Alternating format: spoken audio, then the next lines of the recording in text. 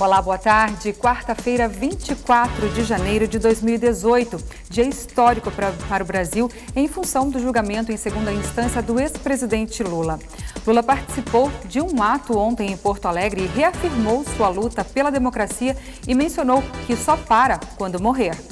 Qualquer que seja o resultado, eu continuarei lutando nesse país para que as pessoas tenham respeito e dignidade nesse país.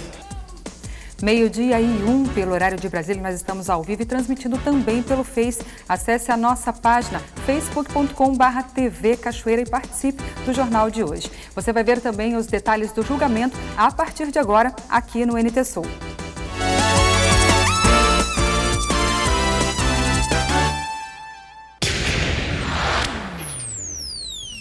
A ponte sobre o Arroio Plumbes, na RSC 287, divisa de Vera Cruz com o Vale do Sol, passa por reparos.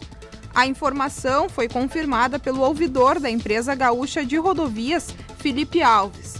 O trecho fica perto de Candelária, sendo uma das principais rotas para Porto Alegre. A ponte fica no quilômetro 120 da RSC 287. Ela terá de ser reforçada porque parte do barranco que sustenta uma das cabeceiras desmoronou. A EGR, em parceria com a Secretaria Estadual de Transportes, iniciou o reforço da estrutura de fundação da ponte na semana passada. Mas, por causa das chuvas, o local desmoronou. A obra deve levar 60 dias, mas não será necessária interferência do tráfego das vias nos dois sentidos. Apenas bloqueios parciais, segundo a EGR. Afinal, do que Lula é acusado? O ex-presidente Luiz Inácio Lula da Silva se tornou réu em 7 ações penais, 3 delas no âmbito da Operação Lava Jato. O juiz Sérgio Moro absolveu o líder petista quanto às acusações de lavagem de dinheiro e corrupção envolvendo o armazenamento do acervo presidencial, que teria tido o transporte pago pela empreiteira OAS. O magistrado, no entanto, condenou Lula a 9 anos e meio de prisão pelos mesmos supostos crimes no caso do apartamento triplex na Praia Paulista do Guarujá. O imóvel materializaria uma propina dissimulada de R$ 3.700.000, de acordo com o Ministério Público Federal, ou mais de R$ 2.200.000, segundo Moro, na sentença.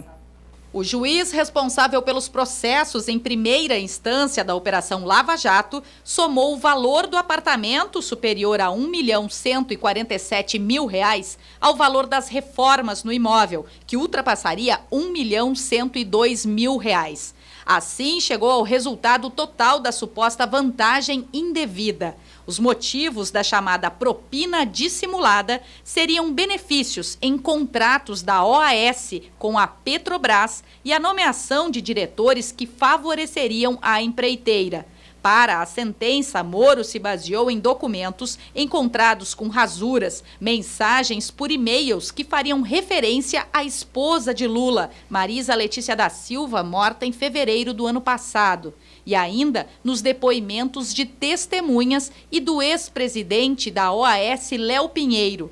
Ele, que foi condenado por corrupção ativa e lavagem de dinheiro a 10 anos e 8 meses de prisão, afirmou que o apartamento foi reservado em 2009 para a família do ex-presidente.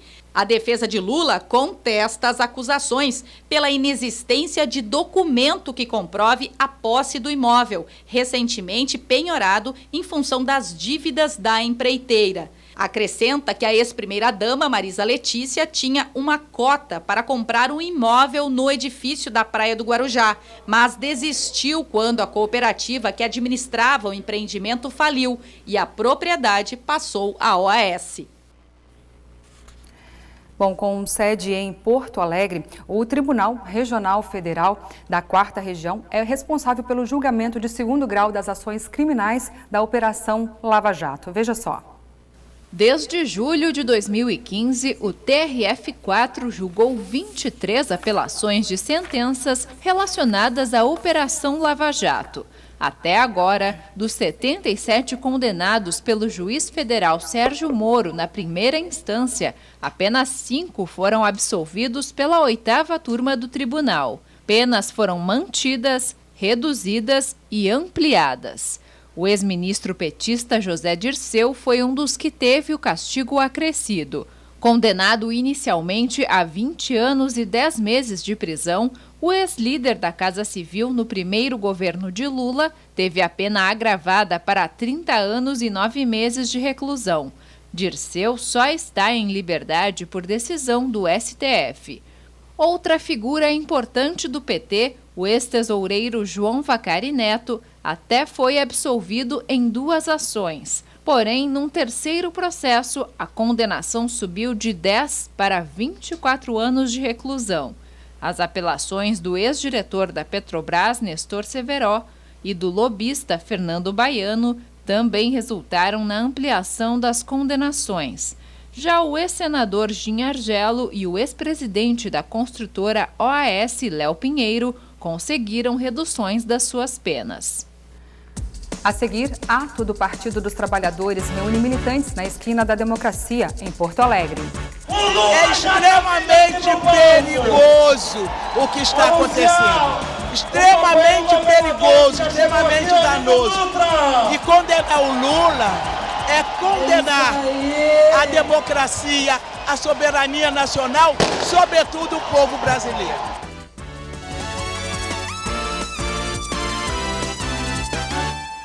Confira agora no NT Sul as vagas que a agência FGTA Cine de Cachoeira do Sul disponibiliza. Uma vaga para piloto de aviação agrícola. Mecânico em manutenção de aeronaves, uma vaga. Uma vaga para técnico agrícola. Instrutor de voo, uma vaga. Pintor e preparador automotivo, uma vaga. Uma vaga para farmacêutico. Mecânico em manutenção de máquinas, uma vaga. Uma vaga para operador eletromecânico. Uma vaga para torneiro mecânico. Uma vaga para balconista de farmácia. E tratorista agrícola, uma vaga. A agência FGTA Cine de Cachoeira do Sul está localizada na rua Major Ourix, número 1552, no centro. Outras informações você pode obter pelo telefone, código de área 51 3723 5414, ou em nossa página no Facebook, facebook.com/TV Cachoeira.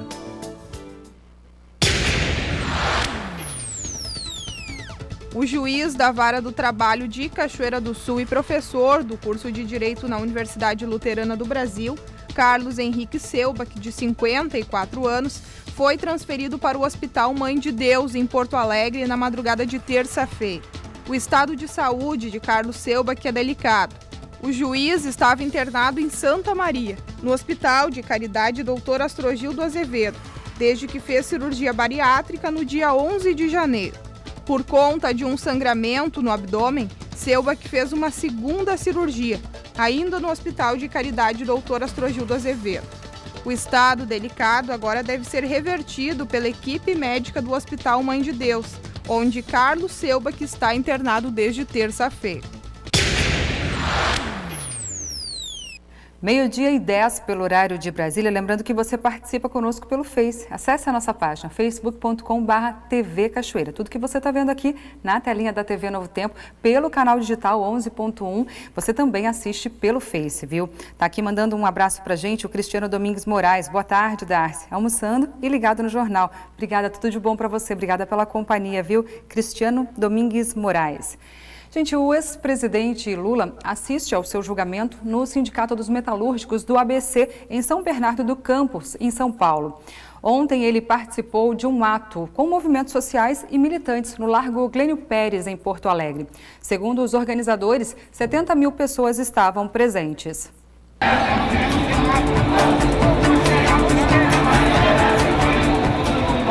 Desde segunda-feira, militantes do MST e do Partido dos Trabalhadores estão em Porto Alegre para acompanhar o julgamento do processo que envolve o ex-presidente Luiz Inácio Lula da Silva pelo TRF4.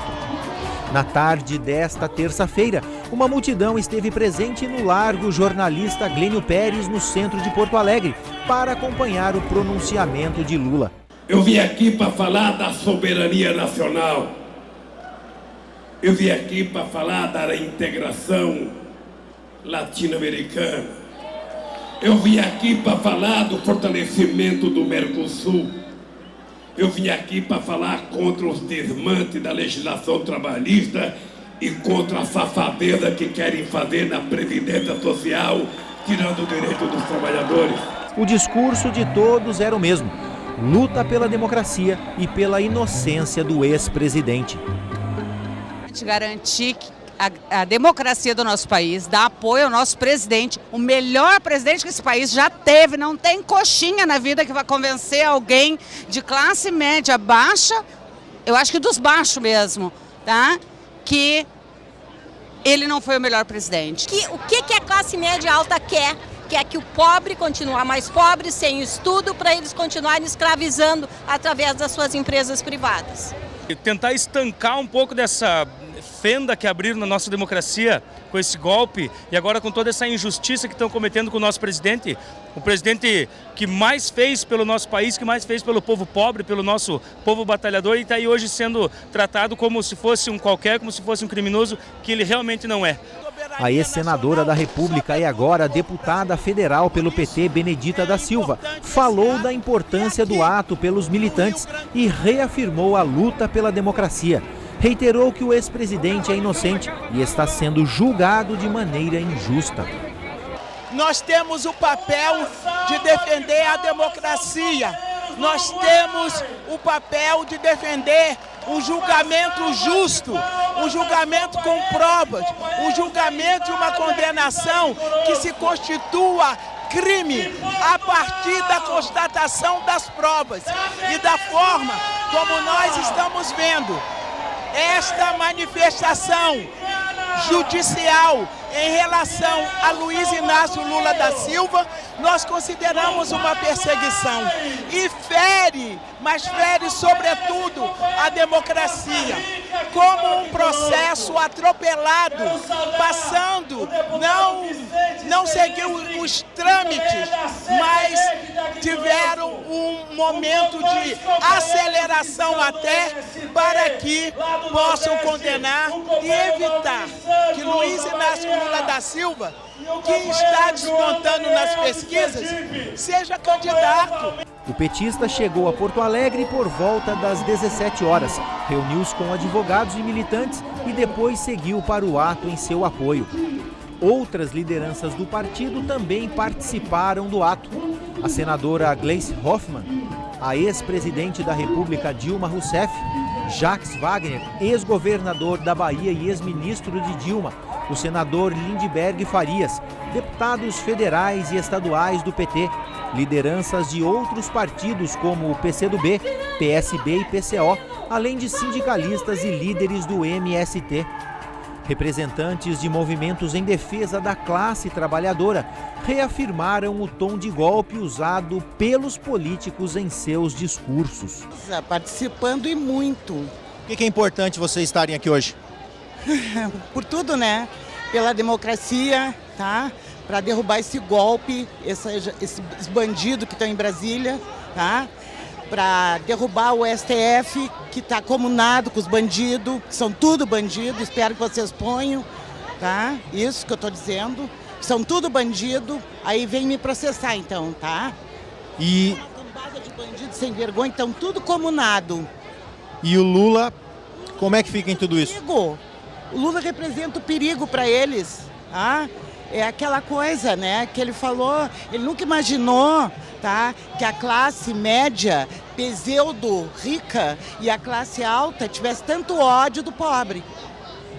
Para garantir os nossos direitos, direito dos trabalhadores, direito à aposentadoria, direitos trabalhistas e garantir que deixem o Lula concorrer, que o povo decida se ele deve ser ou não o nosso presidente. Diante das acusações que o ex-presidente tem sofrido, como é que vocês enxergam toda essa questão? De uma forma assim, ó, tem provas? Não vimos provas até agora. Qualquer que seja o resultado, eu continuarei lutando nesse país para que as pessoas tenham respeito e dignidade nesse país. Segundo a estimativa dos organizadores, 70 mil pessoas compareceram ao evento. A Brigada Militar do Rio Grande do Sul não emitiu números oficiais quanto ao número de participantes.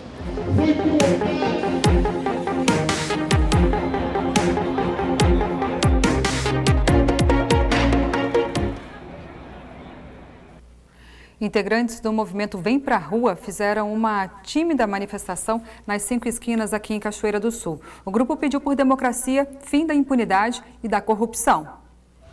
6 manifestantes levaram cartazes e chamaram a atenção de quem passou pelas 5 esquinas no final da tarde de terça-feira em Cachoeira do Sul.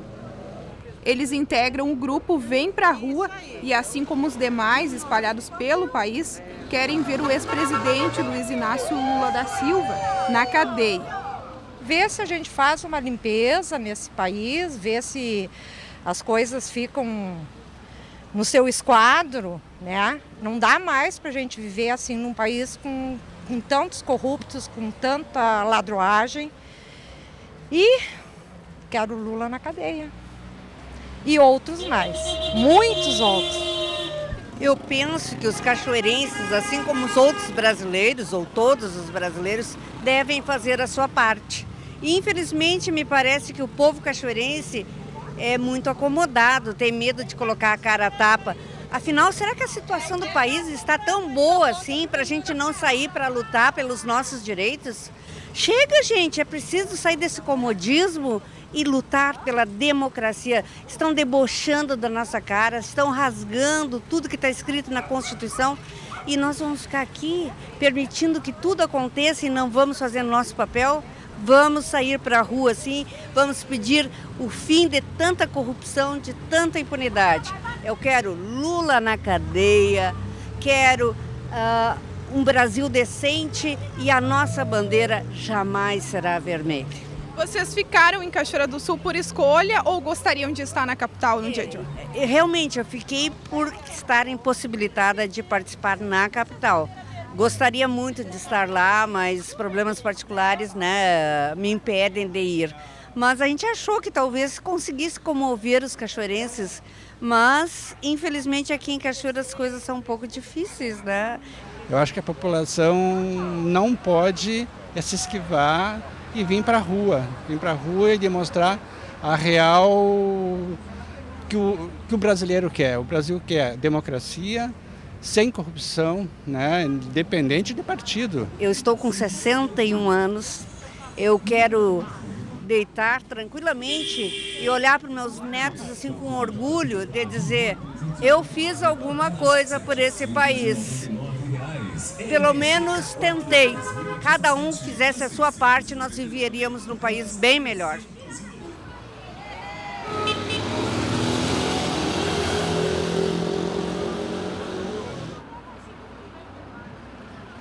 Certamente, esse dia 24 de janeiro de 2018 entra para a história do Brasil pelo julgamento em segunda instância do ex-presidente Lula. O repórter João Paulo recebe especialistas no estúdio para análise deste momento. João Paulo, é com você. Boa tarde. Uma boa tarde a você também, Darcy. Nós recebemos no estúdio 2 especialistas no direito. Professor João Alexandre, especialista em direito penal. Tudo bem, professor? Tudo bem, boa tarde, é um prazer estar aqui. Prazer é nosso em recebê-lo. Também, professor da UBRA, Lino Marcelo Vidal Munhoz, especialista em processo penal. Muito boa tarde, muito obrigado pelo convite, é um prazer estar aqui com vocês.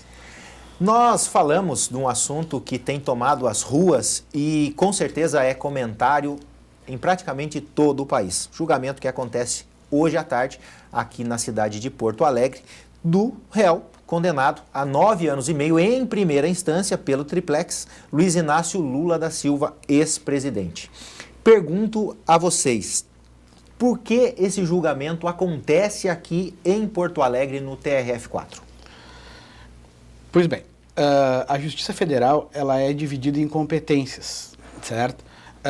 E um conjunto de unidades da federação formam um grupo, certo? Por exemplo, Justiça Federal, Rio Grande do Sul, Paraná e Santa Catarina.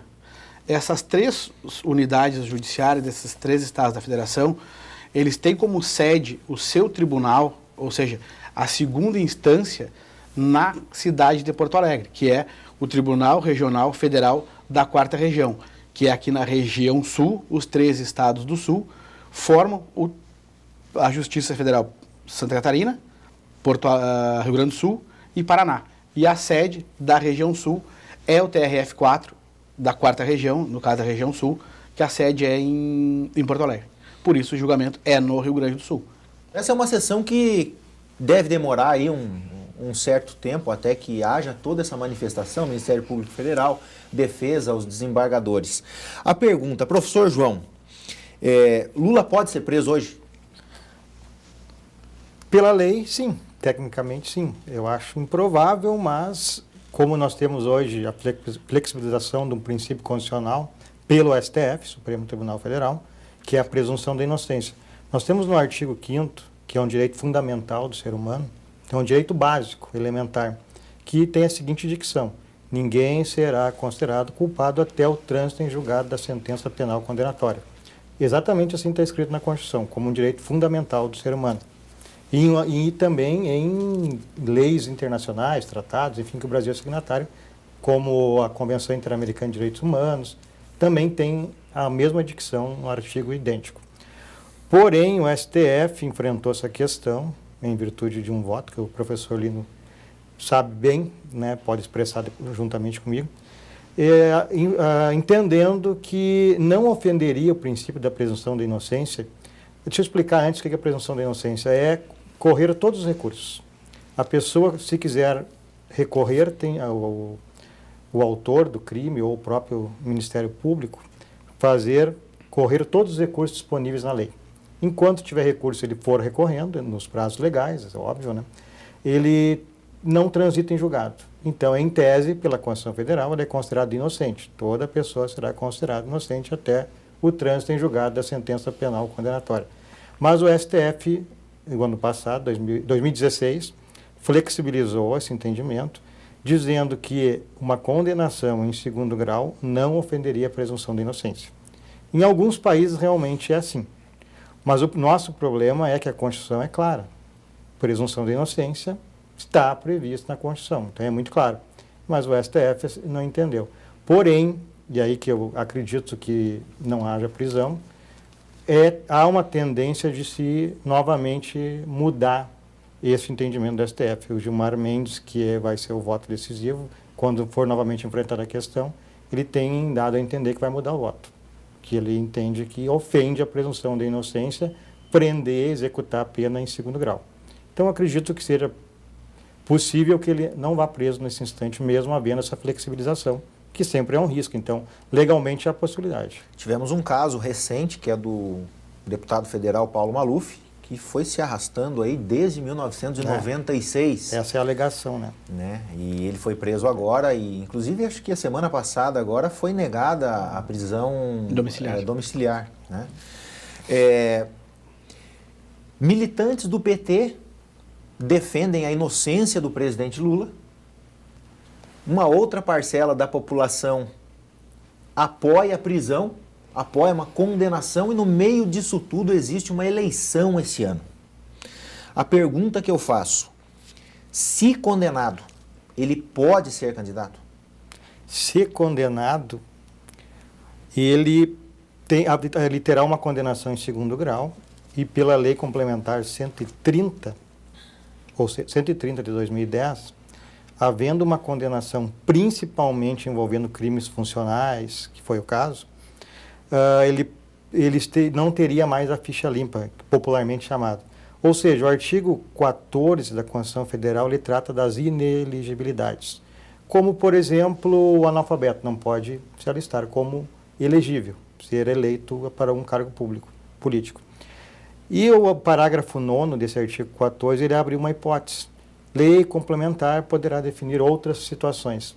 Então, um juiz, hoje aposentado, advogando, ele teve essa iniciativa de criar essa lei de iniciativa popular, que foi a Lei Complementar 130 de 95, e lá está escrito que, havendo condenação em 2º grau, né, por colegiado, esse é o termo, por órgão colegiado, poderá haver, então, ficaria condenado, estaria manchada a ficha do indivíduo, popularmente, né, chamado de ficha limpa, Então isso, mas na realidade ele ataca a moralidade, a moral. O candidato para ocupar um cargo tem que ter moral, é o que determina a Constituição.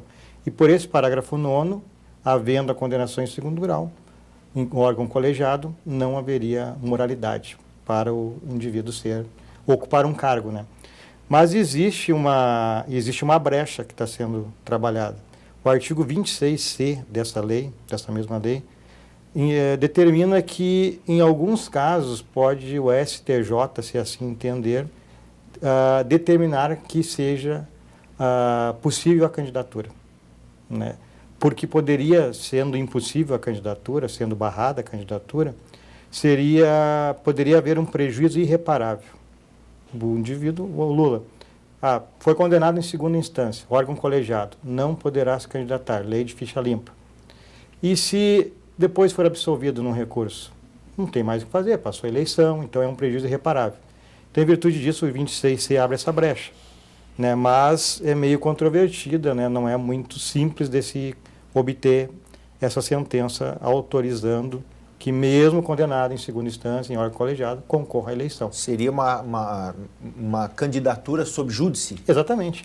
E depois, se for condenado, mesmo que eleito, né, perderá o cargo. A gente corre o risco, então, de ter uma eleição completamente atípica, porque, afinal de contas, hoje, Luiz Inácio Lula da Silva é líder nas pesquisas, com a possibilidade aí de ser eleito novamente pela terceira vez presidente do Brasil. Mas, caso haja uma condenação, isso aí pode virar, né? Não seria mudar as regras no meio do jogo, mas pode haver uma virada de página e mesmo depois, caso ele seja eleito. É possível que sim, mas existe também uma determinação legal que, caso se recorra ao STJ para determinar que o candidato possa concorrer, mesmo sendo condenado em órgão colegiado, que seja prioridade. Ele tem que ser votado com prioridade aos demais recursos no STJ. Ou seja, então, antes da eleição. É possível. Então, há todas essas possibilidades. Existe, há um palpite de vocês se esse processo ele termina antes das eleições, pelo menos ao ponto de se dizer ou não juridicamente se ele pode ou não ser candidato? Para tirar essa dúvida. Da minha opinião, eu acho que o professor Lino também tem a dele. Eu acho que há, porque vontade de julgar se tem, porque foi recorde, né, essa data desse julgamento. Né? Até eu ouvi algumas pessoas, alguns juristas, enfim, Ministério Público alegando, quem é que reclama da agilidade do recurso? Todo o réu reclama da agilidade do recurso, isso é. Então não procede essa ideia, quem é que reclama da agilidade? Claro que todo réu vai reclamar da agilidade. E esse, se eu não estou errado, né, professor Lino, foi uma agilidade tremenda, né? Ele inclusive passou à frente de outros processos da própria Lava Jato que estavam no tribunal para serem julgados. Fazendo um gancho do que o professor João estava comentando, eu não acredito, uma opinião, parênteses, eu acho que essa sentença se confirma. Eu acredito, sim, eu não conheço o processo, eu não conheço a prova, mas lendo assim com muita parcimônia tudo que se publica, tudo que se posta, conversando com pessoas, certo? Eu tenho uma advocacia bastante intensa, então fora da Cachoeira eu advogo em vários lugares, então conversando com colegas, milito em Porto Alegre, que é a sede do tribunal, eu acredito sim que essa sentença vai se manter. Por unanimidade? Não sei, talvez como todos os outros com quem eu converso pensam da mesma forma. Então por isso eu estou dizendo isso da maneira com que eu estou dizendo. Eu posso muito bem estar enganado e ele ser absolvido no dia de hoje. Ponto. Acredito eu que essa sentença se confirme. Em se confirmando essa sentença, querido professor João, tem uma brecha na lei da possibilidade dele vir a ser absolvido nos recursos excepcionais. Estes recursos excepcionais, como eu disse, eles não tratam de matéria de prova, só de matéria legal, certo? Eles não vão querer analisar o contexto probatório para dizer se a materialidade e a autoria está afirmada. Eles só vão tratar de questão de violação à norma infraconstitucional e violação à Constituição Federal, certo? E eu vou dizer assim, eu não vi, por mais diligente que eu seja, e muitos dos meus colegas igualmente, tanto recurso aviado, ou seja, impetrado ao longo de uma instrução processual, buscando o reconhecimento de vícios, de nulidades processuais, ou seja, de violações à norma infraconstitucional e à própria Constituição Federal. A defesa do Lula, ela aviou vários recursos no STJ, aqui no TRF4, no Supremo Tribunal Federal, representou contra o Sérgio Moro no CNJ, na Corte Internacional dos Direitos Humanos, na ONU. Assim, ó, foram várias representações buscando a efetivação da defesa. E é o certo, toda defesa ela tem que ser efetiva, ela não pode ser decorativa. E a defesa ela tem sido de forma assim, ó, muito aguerrida, muito combatente, muito efetiva. E em todos estes julgados, a defesa teve revés. Então, nos recursos excepcionais, que tratam só de matéria de direito, que talvez já tenham sido enfrentadas ao longo da instrução, ele não vai ter chance. É uma tendência que pode seguir adiante. Ou seja, pode seguir adiante, mas o tema a ser enfrentado, em tese, já foi enfrentado ao longo da instrução.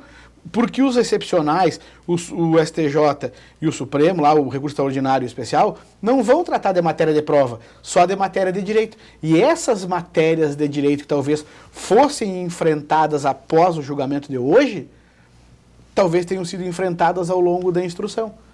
E esse, só para fazer um fecho, pegar o gancho aqui, é um dos fundamentos do quê?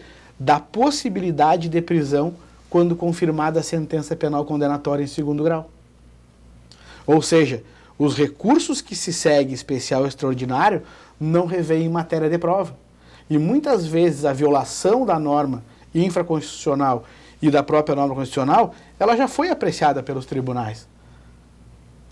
O fato de ter acontecido isso pode também facilitar, no caso que eu estava falando com o professor João, de diminuir o tempo para uma condenação ao ponto de que ele não possa ser candidato? Assim, ó, o processo penal ele tem prazos, certo?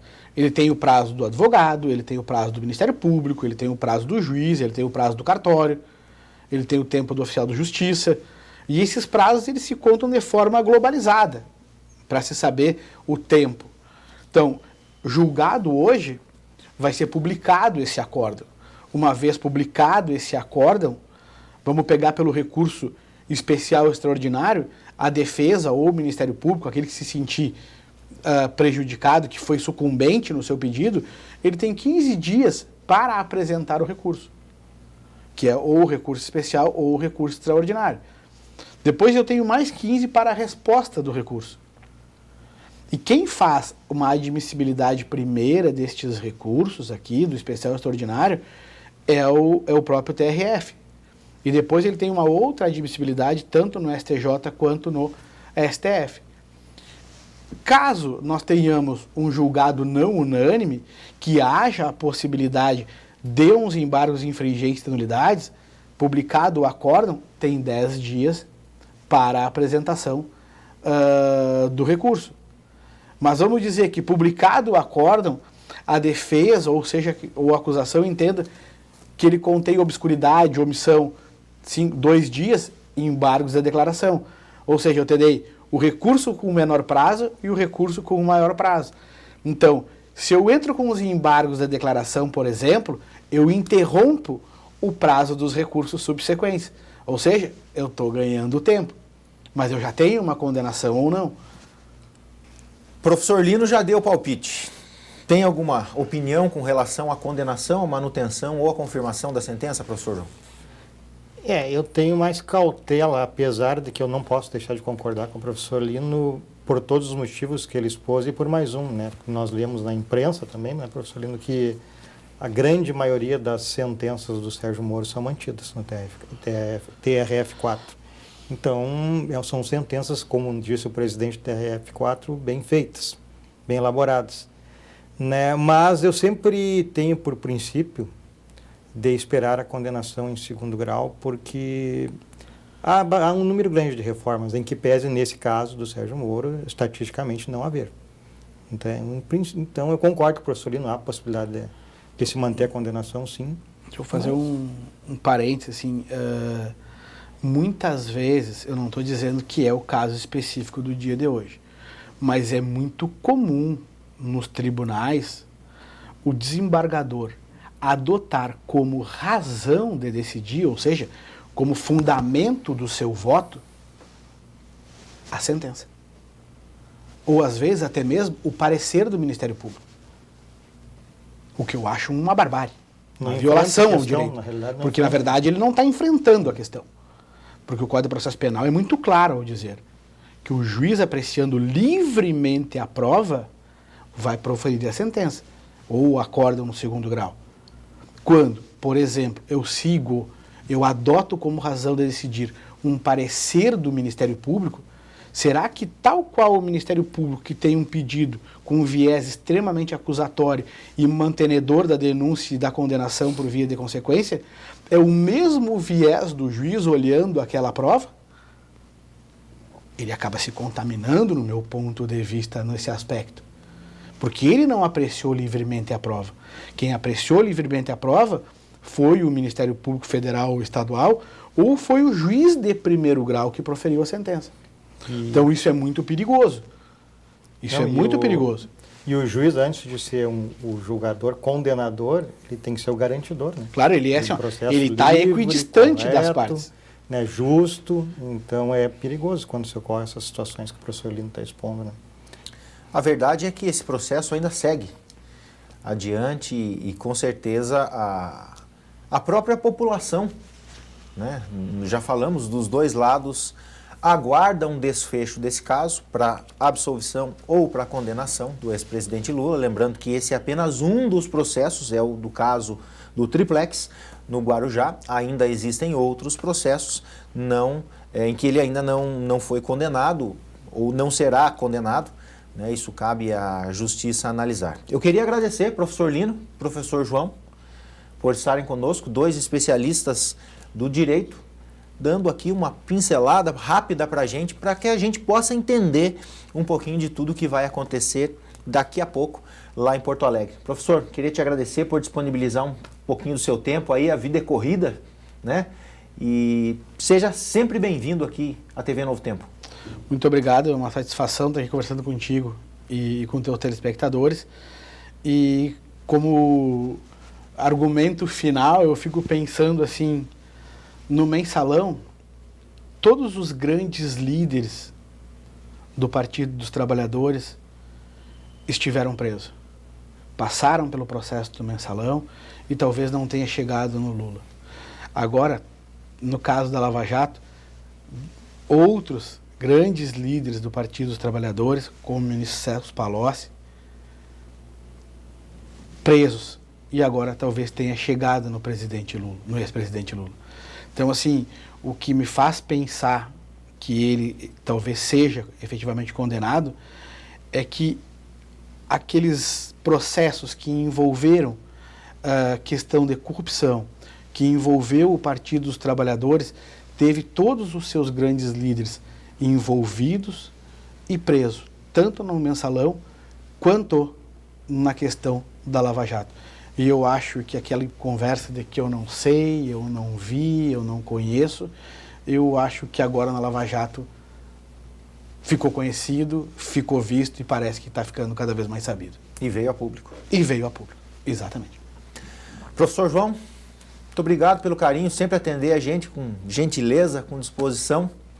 É sempre um prazer tê-lo aqui com a gente. João Paulo, eu que agradeço o convite, ficamos sempre à disposição aí, né? E também o nosso boa tarde para os telespectadores. Então tá certo. Darcy agora fica a cargo da Justiça. A gente aguarda o resultado da sentença de hoje à tarde e com certeza no NT Sul de amanhã nós estaremos trazendo todas as informações direto de Porto Alegre. Eu volto com você no estúdio. Pois é, obrigada, João Paulo. E o julgamento no Tribunal Regional Federal, na 4ª Região, começou pontualmente às 8h32, 8 horas e 32 minutos. E como disse o professor João Alexandre na entrevista, legalmente Lula poderia ser preso sim, mas não vai ser. Foi o próprio Tribunal Regional Federal da 4ª Região quem tratou de esclarecer a dúvida cada vez mais recorrente desde que o juiz Sérgio Moro condenou o ex-presidente a 9 anos e 6 meses de prisão. O petista não será preso caso tenha condenação confirmada pela 8ª turma nesta quarta-feira. Em nota em seu site, o próprio tribunal explicou que a execução provisória da pena só ocorrerá depois que todos os recursos de segunda instância forem julgados. Centenas de jornalistas brasileiros e estrangeiros acompanham a movimentação agora no TRF4. São mais de 2.200 agentes de segurança isolando o perímetro de 42 hectares montado no entorno do Tribunal Regional Federal da 4ª Região. Até os jornalistas ficaram numa área isolada, que fica bem em frente à entrada principal do tribunal. São muitos jornalistas de rádio, TV, sites e jornais de vários lugares do Brasil e do mundo. Manifestantes pró e contra Lula não têm acesso ao perímetro. A expectativa é que a sentença seja proferida depois das 4 horas da tarde. Mesmo se condenado, o ex-presidente Lula não será preso e poderá apelar para uma instância superior. Há também uma grande expectativa das autoridades quanto ao desfecho do julgamento, já que isso deve influenciar diretamente no ânimo dos manifestantes. De Porto Alegre, Carlos Vogt, na cobertura do julgamento do TRF4. Obrigada, Carlos, pelas informações. Nós vamos para o intervalo, mas antes deixa eu mandar um alô aqui para o pessoal que está interagindo conosco no Face, deixando a sua opinião sobre o julgamento, alguns pró, outros contra o ex-presidente, a condenação do ex-presidente Luiz Inácio Lula da Silva. Está conosco aqui Loreci Dutra, Rosane Cassol, Nadir da Silva Vargas, ela está assistindo lá de Mussum e está mandando um abraço a todos os cachoeirenses, um abraço a você também, Nadir. Marquinhos Correia, Luciana Machado Santos, Masuel Volman da Silva, Martim Almança, Alex Kegler, Ivoni Moraes e várias outras pessoas aqui. Daqui a pouquinho eu interajo mais com você. A seguir, mais conhecimento para os produtores rurais da região central do Rio Grande do Sul. Amanhã acontece o Dia de Campo, promovido pelo IRGA. Nós voltamos em 1 minuto.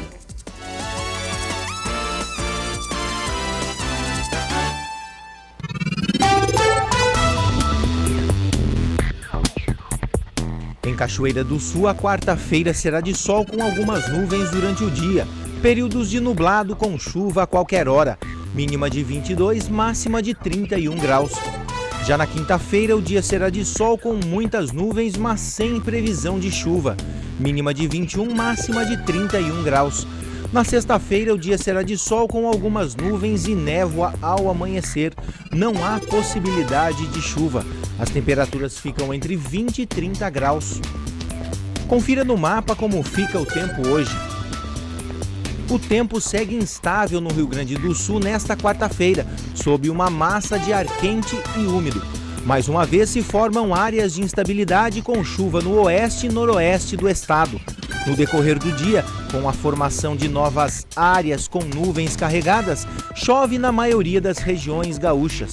Podem ocorrer pancadas de chuva forte, com grandes volumes em alguns pontos do estado. Na capital Porto Alegre, a máxima prevista é de 28 graus. Em Uruguaiana, na fronteira oeste, 32. Em Passo Fundo, no norte do estado, 27 graus. E em Santa Maria, na região central, 27. Para o litoral norte, Tramandaí e Torres, 34 graus. E em Pelotas e Rio Grande, no sul do estado, 31.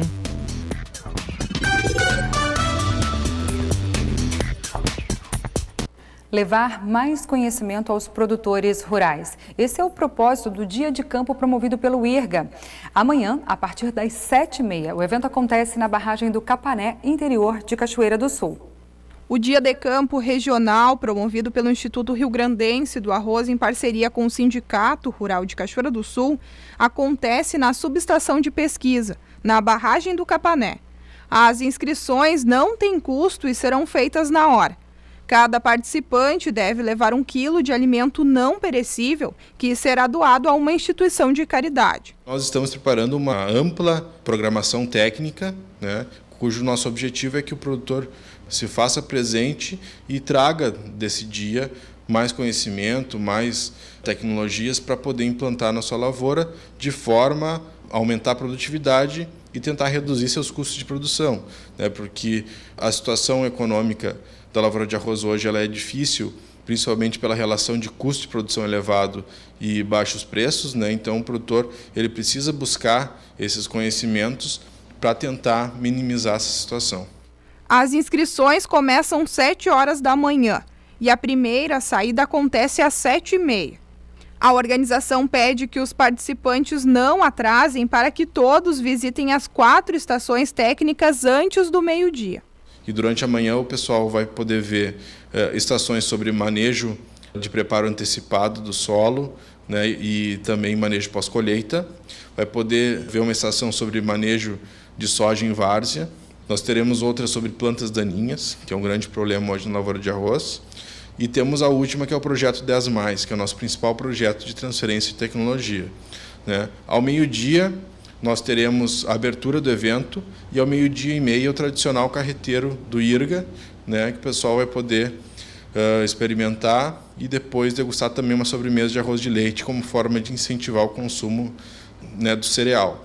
Pela parte da tarde, nós temos, então, 4 oficinas técnicas no campo, né, e mais uma oficina de culinária à base de arroz. Então, a gente convida todos que possam se fazer presente durante o dia inteiro. Evento regional que deve trazer a Cachoeira do Sul quinta-feira, então, quantas pessoas? Bom, nós esperamos aí pelo menos 800 pessoas, né, já temos 500 pessoas confirmadas em excursões, que vão sair de toda a regional. Então, são 10 ônibus e mais 2 micro-ônibus. E nós temos também a expectativa do público aqui de Cachoeira e da região que vai vir com os carros, né? Então, esperamos aí de 800 a 1.000 pessoas no evento. A Prefeitura de Cachoeira do Sul divulgou a lista de professores e monitores classificados para as 245 vagas temporárias da Secretaria Municipal de Educação. Reuniões estão previstas para que os primeiros colocados escolham a escola que pretendem trabalhar. A repórter Gabriela Belo traz mais informações. Bem, Darcy, essa escolha pode sim ser feita pelos primeiros colocados, mas não é com a vontade deles, é de acordo com uma determinação aqui da SMED, como vai contar para a gente agora Lisone. Boa tarde. Lisone, de que forma é essa escolha, como eles podem, os primeiros, né, classificados aí, optarem? Boa tarde, Gabriela. Então, quanto ao processo seletivo que está encerrando agora, nos primeiros dias de fevereiro está previsto, então, nós fazermos um contato telefônico com os candidatos que foram classificados para uma reunião, onde nós vamos disponibilizar todas as vagas existentes para serem preenchidas e a forma de escolha será pela classificação. Os primeiros colocados vão se posicionando até nós preenchermos a última vaga. São 245 vagas, tanto para professores quanto monitores, mas há a possibilidade de que mais pessoas sejam contratadas além desta necessidade. A necessidade inicial é essa, mas no decorrer do ano letivo poderá ocorrer algumas aposentadorias ou afastamentos por licença gestante ou outros motivos, então nós temos uma margem a mais de preenchimento de vagas caso venha a ocorrer a necessidade. Essa contratação é para o ano letivo de 2018, o contrato não deve se estender. Exatamente, os contratos, conforme a lei, eles têm a duração de 6 meses e poderá ser prorrogado por, no máximo, mais 6, até o encerramento do ano letivo. Só vale para o ano letivo de 2018. Está aberto também um período para recurso, para aquelas pessoas, aqueles candidatos que ou não foram aprovados ou não concordam com a pontuação. Exatamente. Ontem saiu a listagem de classificação final e está aberto nos próximos, hoje, mais os 2 próximos dias, o período de recurso. O candidato que não foi classificado terá direito a vistas ao processo e entrar no protocolo com pedido de revisão.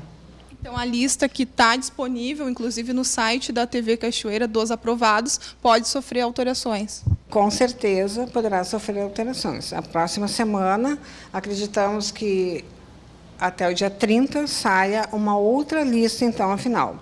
Porque, através desses recursos, a comissão que fez a seleção será novamente chamada para analisar os recursos.